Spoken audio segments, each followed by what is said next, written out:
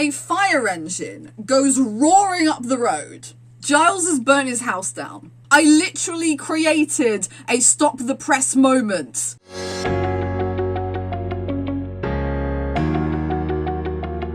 So here's the thing. I was clearing out some stuff the other day when I came across this. And the second I saw it, I just knew what this was.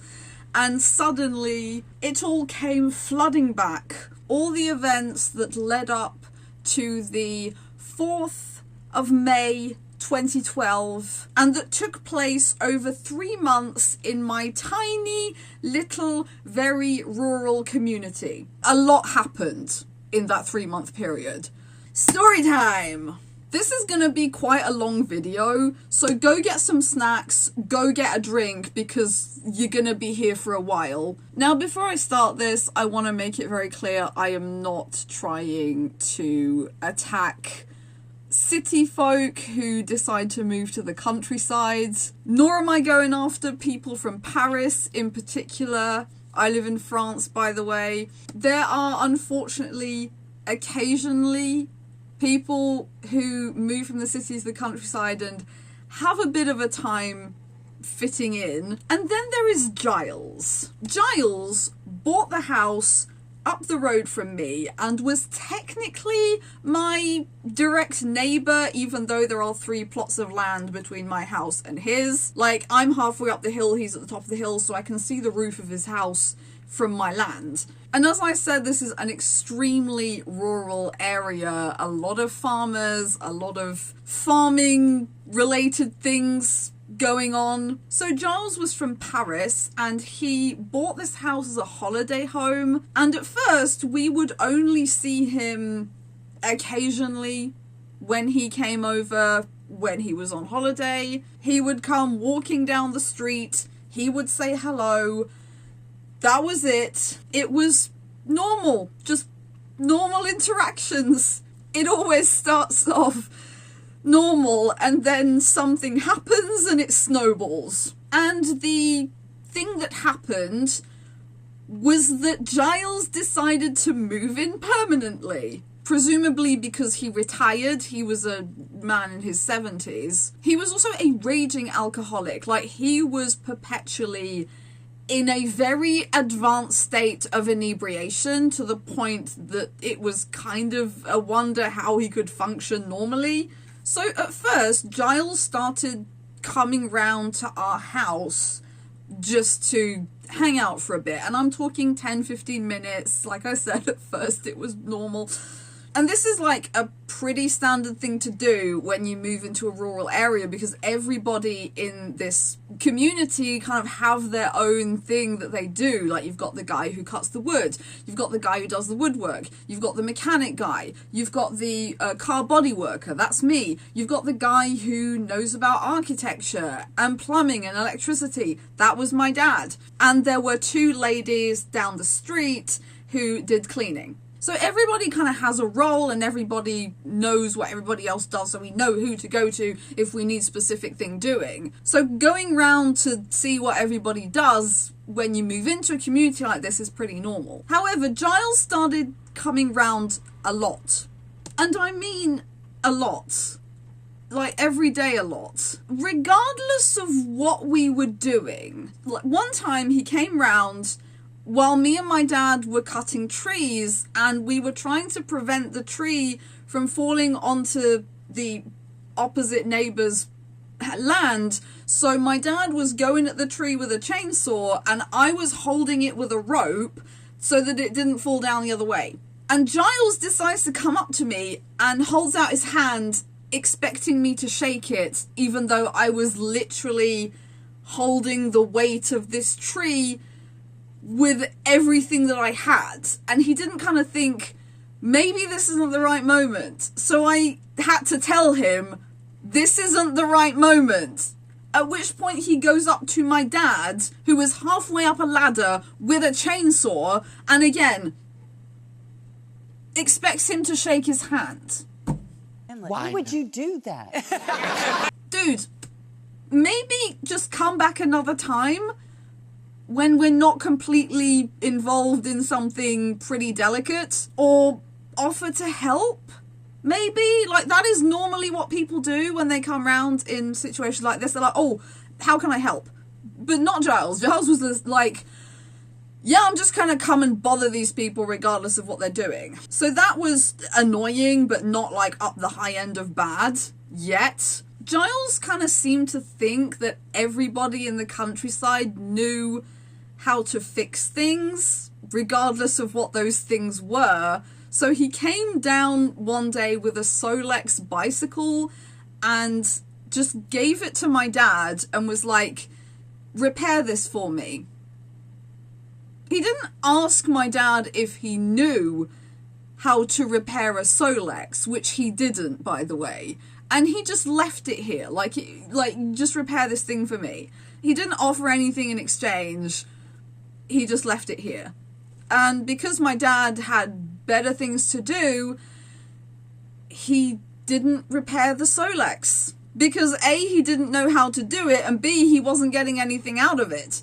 So about a week goes by, at which point Giles decides to come back and retrieve his Solex that hadn't moved since he left it there. The way he did this was by tying it with a rope to the back of his car and dragging it up the road, thus rendering the Solex even more broken than it already was. And this was the thing with Giles. He didn't seem to understand how towing things worked. You know these weird labels that you get on products that are like, don't microwave your curling iron or stuff like that, and you kind of wonder who would do that. Like, who are these people who need to be told that you shouldn't put a curling iron in a microwave? Giles was one of those people. So a normal, functional person, regardless of where they're from, knows that if you want to tow something on the back of your car, you need this thing called a tow bar. He didn't have one. Now, tow bars are quite easy to install. I know this. I have installed enough of them. They're also pretty easy to get hold of. Like, just go down the local scrapyard, which is like 20 minutes away, and buy a tow ball for whatever car you've got. But Giles didn't seem to understand this, and he thought that he could just get a trailer and tie it to the back of his car with a rope, using the small wheel at the front as like a regular wheel for the trailer, which is not what that wheel is meant for. It's meant for stopping the trailer from falling over and making it easier to maneuver if it's not attached to anything. But Giles didn't get that piece of information.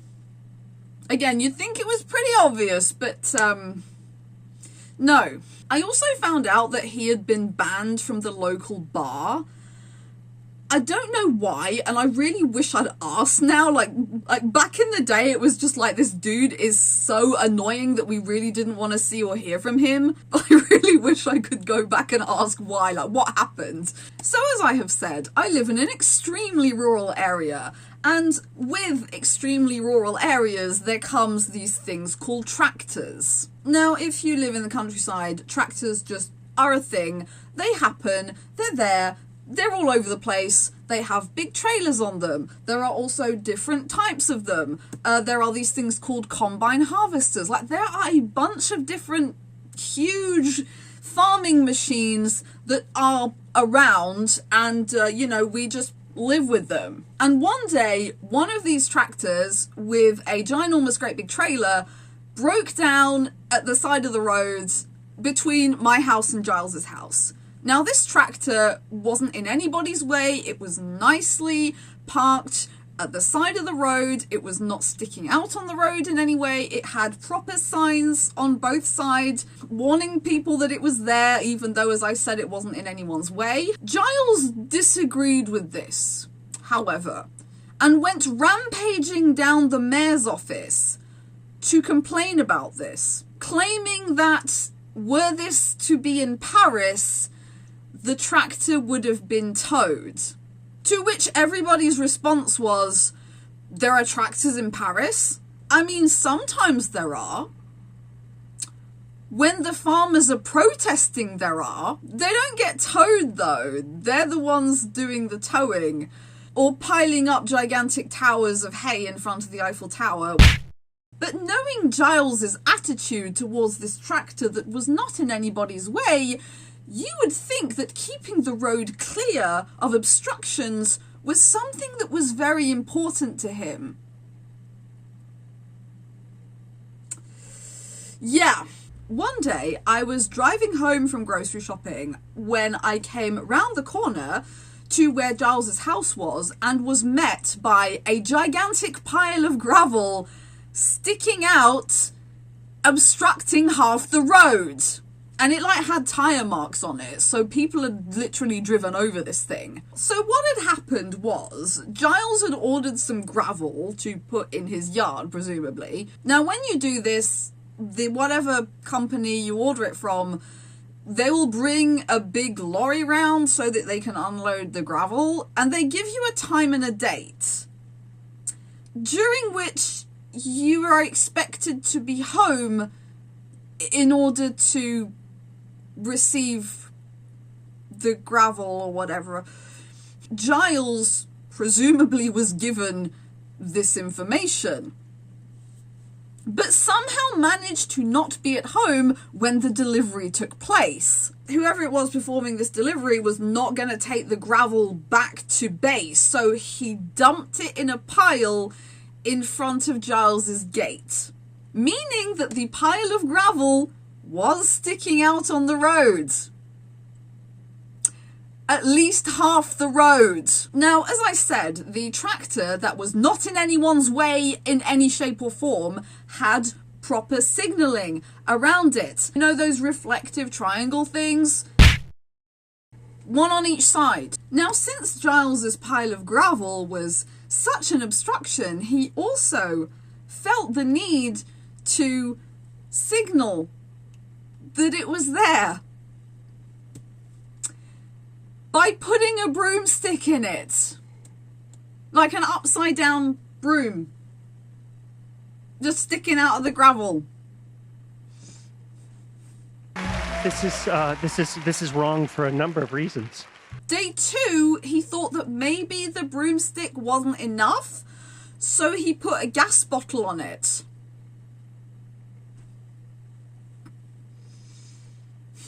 Go Giles. But it gets worse.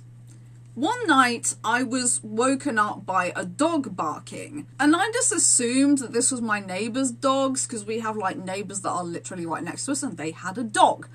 So I was just like, okay, this is their dog barking. However, it didn't sound like their dog, because yeah, dogs don't bark in the same way. And this was a new bark that I had never heard before, but I just thought, okay, maybe they've got some friends around, and they're spending the night, and they brought their dog with them. So I went back to sleep and didn't think anything of it. The next morning, my dad comes flying into my room looking like he had just witnessed the resurrection of Marie Antoinette and said, "You need to come now." I asked him why, and he was just like, "No, you need to come now." So I scuttled my way downstairs in my pajamas, opened the door to the garage, and was confronted with a dog that I had never seen before. This dog looked quite young and was trailing a chain behind it with a stake. So this dog had obviously been chained and staked, but had somehow managed to rip the stake out and escape, which was pretty obvious because the stake was like this long. Now, thinking back on it, I should have known. I should have just known. It should have been obvious to me. I don't know why it wasn't, but yeah. So I called the mayor's office asking if anybody was missing a dog, which is usually what you do. Like, if you have an animal go missing, you call the mayor's office and yeah, they'll tell you if the dog belongs to anyone. The secretary, however, informed me that nobody had reported a dog missing. This was quite early in the morning, so maybe whoever it belonged to hadn't noticed yet. I saw my next door neighbour out and about, so I asked her if she knew who this dog belonged to, at which point she said, "Oh yeah, that Parisian dude came round earlier on asking if we'd seen a dog."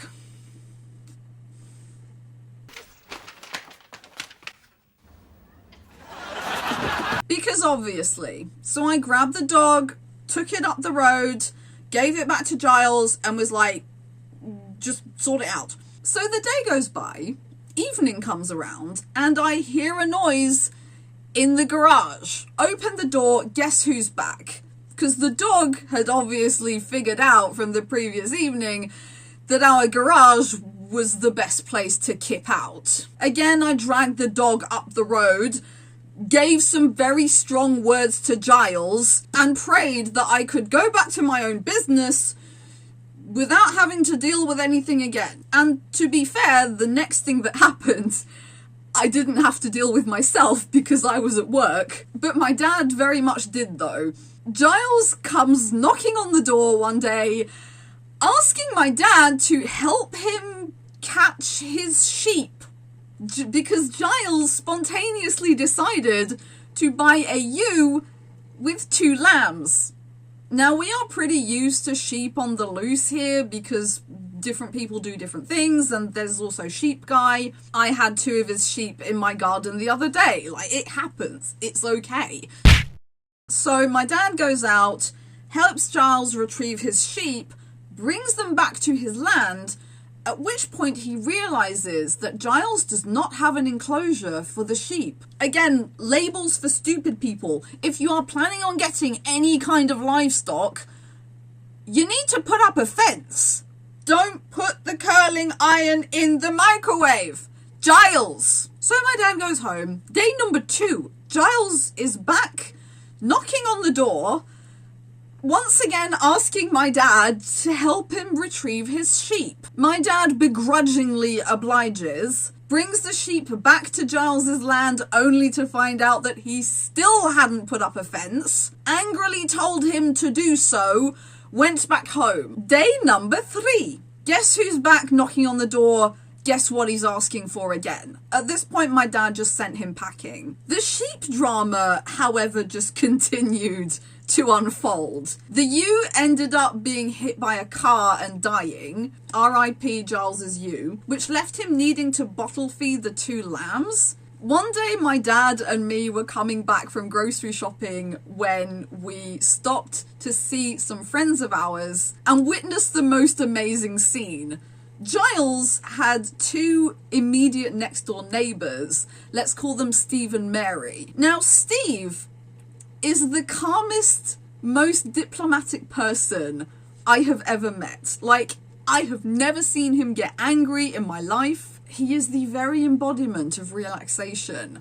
However, on this particular occasion, he was absolutely verbally destroying Giles. So me and my dad, being the nosy so-and-sos that we are, decided to hide behind the hedge, poking our heads out, and watch the drama unfold. The gist of it was basically Steve screaming, "If they are going to eat my lawn, they are going to end up in my freezer." Still no fence then. Another thing that Giles would do, which absolutely pissed off the whole neighbourhood, is he seemed to think it was okay to either call people or visit people at 10 p.m. Because apparently that's what he did with his mates in Paris. He did this with me. I was sitting in this very room when the phone went off. You remember when phones used to be attached to houses? Yeah, there was one of those right here. Now, normally when somebody called at 10 p.m, it was my boyfriend, so I just naturally unhooked the phone, only to find out that it was Giles. So I thought, okay, maybe he needs something, maybe he's in trouble.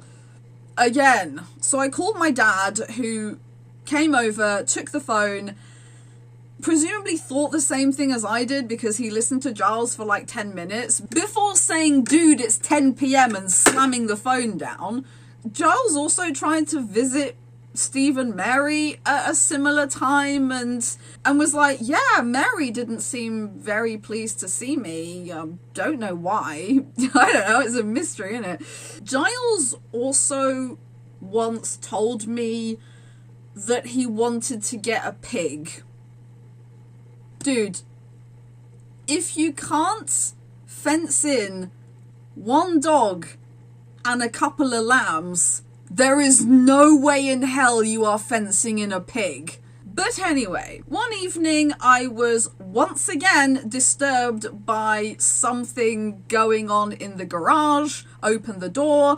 Guess who? Guess what? The bloody dog was back. So I grabbed it by the collar, dragged it up the road, and was like, okay, you know what? This time I've had enough. I kicked open Giles's door, threw the dog at him, and had some very strong words. I basically went through all the nonsense that he had put us through since he'd arrived, and he literally like had a justification for everything. He was like, oh yeah, but the tractor was in the way. No, it wasn't. No, it wasn't. He started complaining about Steve. So here's the thing. In very close-knit communities like this one, we don't complain about each other because everybody knows everyone and everybody relies on everyone for something. So if we start bad-mouthing each other, we are very quickly going to lose a lot of help that we really need. You do not bad-mouth people in a community like this one.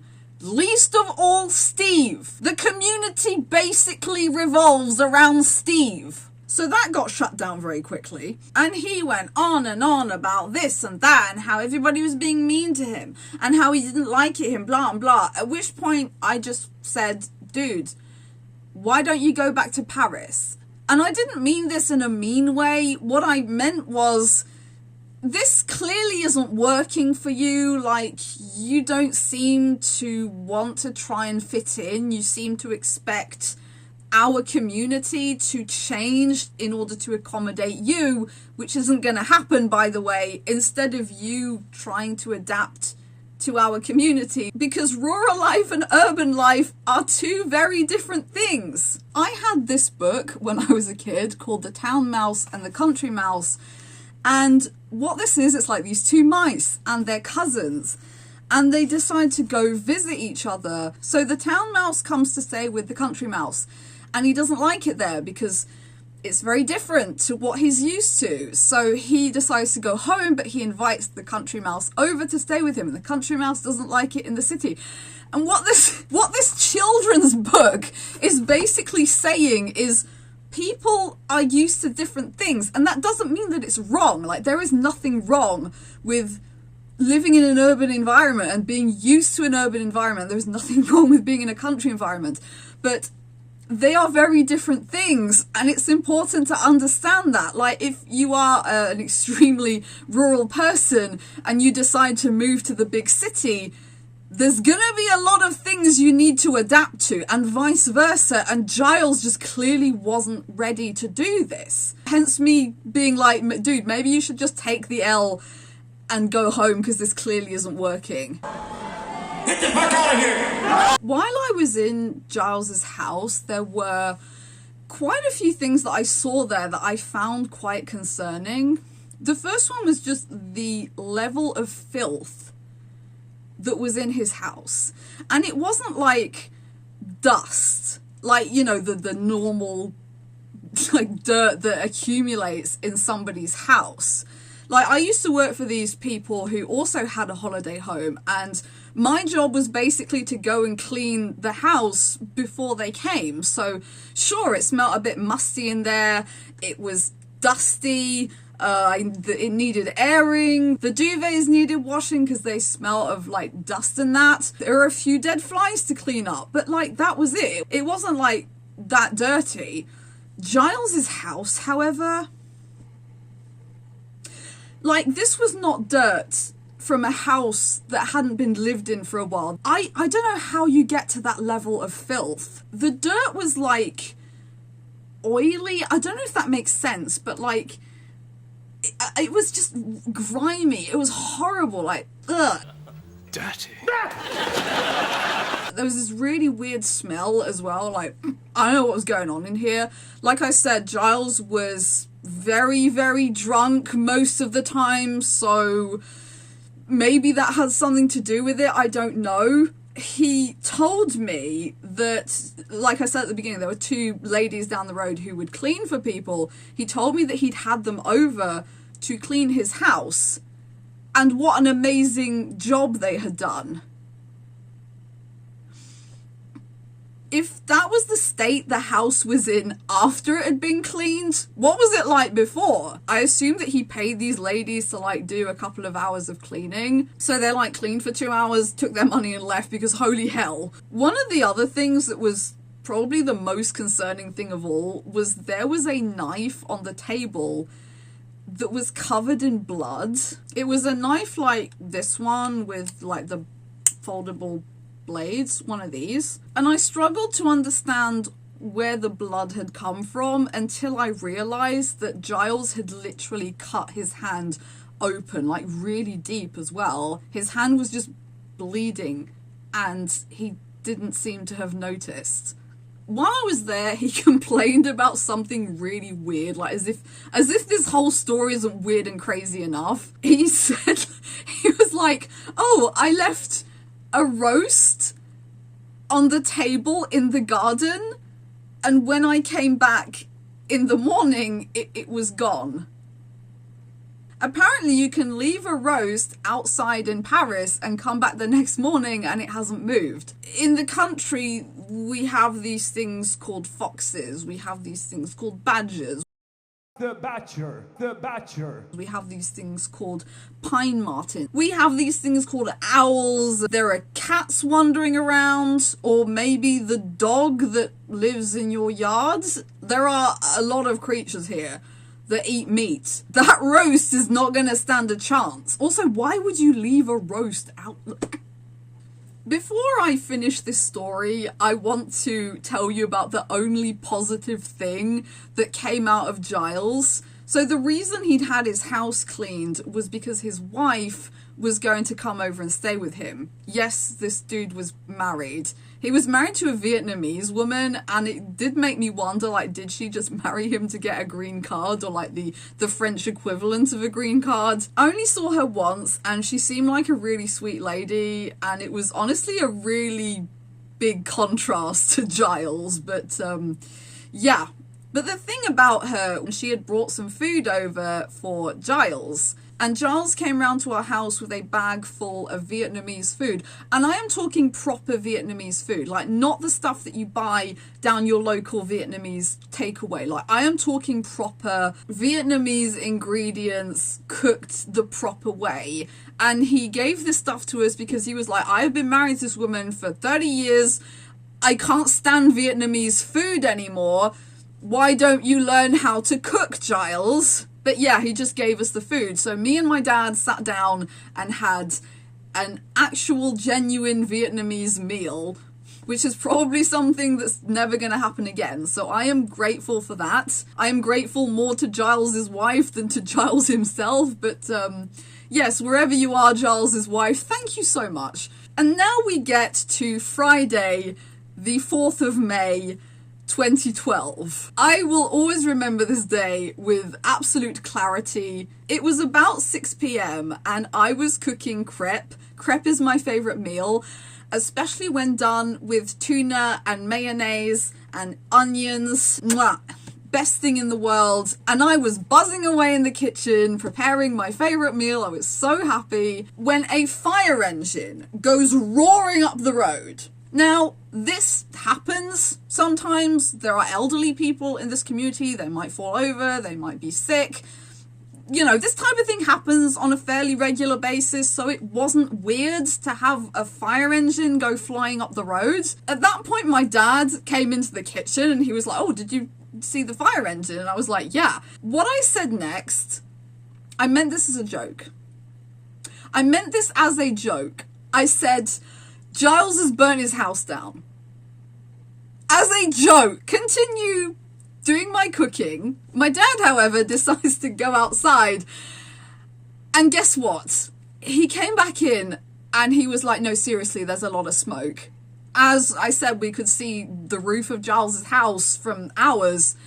And yeah, lo and behold, there was a lot of black smoke coming from it. So, being the concerned neighbour that I was, I decided to do the one thing that good neighbours do in a situation like this, which was to immediately get on the phone to the local news correspondent and be like, I got a story for you. And like I said, this was 6 p.m. on a Friday. I literally created a stop the press moment. So I grabbed my SLR camera, went running up the road, and the thing about Giles's house, it was like a same distance between the two like fire hydrants, like where the water is for the firemen to collect. So like he was like at the furthest possible place you could be from both of those things. So I was casually walking by 3 firemen desperately trying to run up the road in their super heavy gear. So I get to the scene of the house and see that the entire front of the house is already black. Steve and Mary are there eating popcorn. I start snapping away with my camera. Giles comes walking by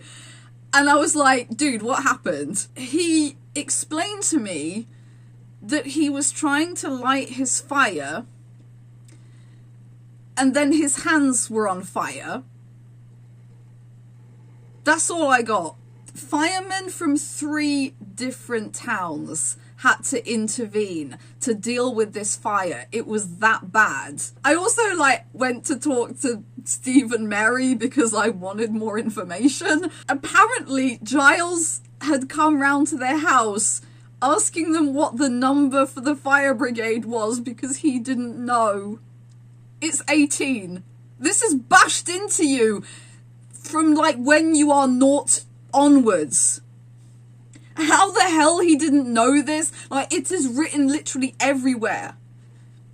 15 is the ambulance, 17 is the police, 18 is the fire brigade.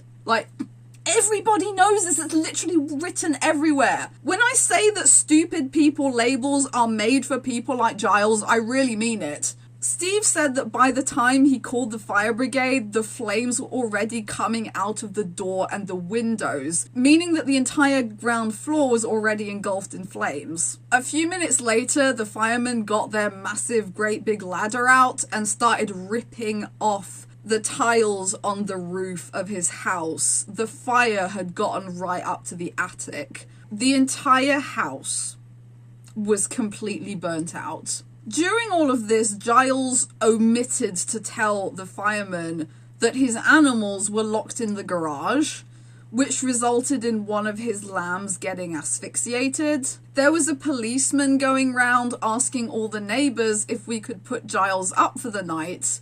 And despite the fact we all live in gigantic, great big farmhouses, no one had any room for him. And now for something completely different. This is completely unrelated, but I just want to tell this story because this thing happened. While I was taking photos, I got very, very badly punched in the face. I mean, really strongly punched in the face. You know, in the cartoons where they put the stars around a character's head when they hit their head? You really do see stars. I was also completely drenched. And I didn't understand why. It took me a while to kind of figure out what had happened. I was whacked in the face really hard and I was soaking wet. And then I noticed that one of the firemen's hoses had split open and I was in the line of fire. I had a fireman's hose explode in my face, which explained why I was drenched from head to toe. My camera also got completely drenched and survived fine. I still take photos with it to this day, photos that look like this. My photos of the fire were published in the local newspaper. They were also used in the local fire brigade's annual calendar. The next day, me and my dad went into town to buy the newspaper because it had my photos in it. And while we were walking towards the newsagents, I swear I am not making this up, they had the title on the billboard, "Impressive Fire, insert name of my village here." And we were buzzing about this. We were like, oh, it's even on the billboard. It's even on the billboard. And then guess who comes walking towards us directly behind the billboard? I can't make this up. I don't know if Giles knew that I was the one who caused this story to be in the paper. If he did, he didn't say anything. He explained to us that he had spent the night in the hospital. In the newspaper, it stated that he got slightly injured. I assume this was a result of his hands being on fire. How the hell that happened is... yeah. It was also assumed that the fire was a chimney fire, because it probably didn't occur to Giles to check whether or not the chimney had been swept before lighting a fire in it. That was the last time we ever saw or heard from Giles. I don't know what happened to his dog. As far as the lambs are concerned, I genuinely hope that they did end up in Steve and Mary's freezer, because Giles put me and my dad through hell, and we lived like down the road from him.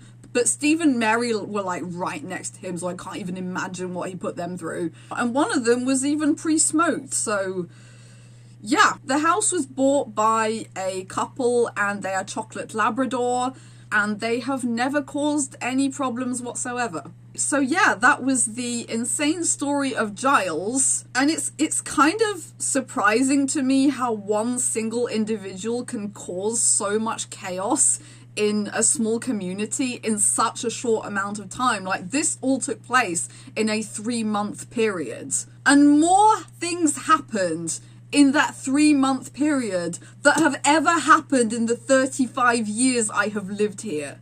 And yeah, that's how the absolute whirlwind that was Giles ended.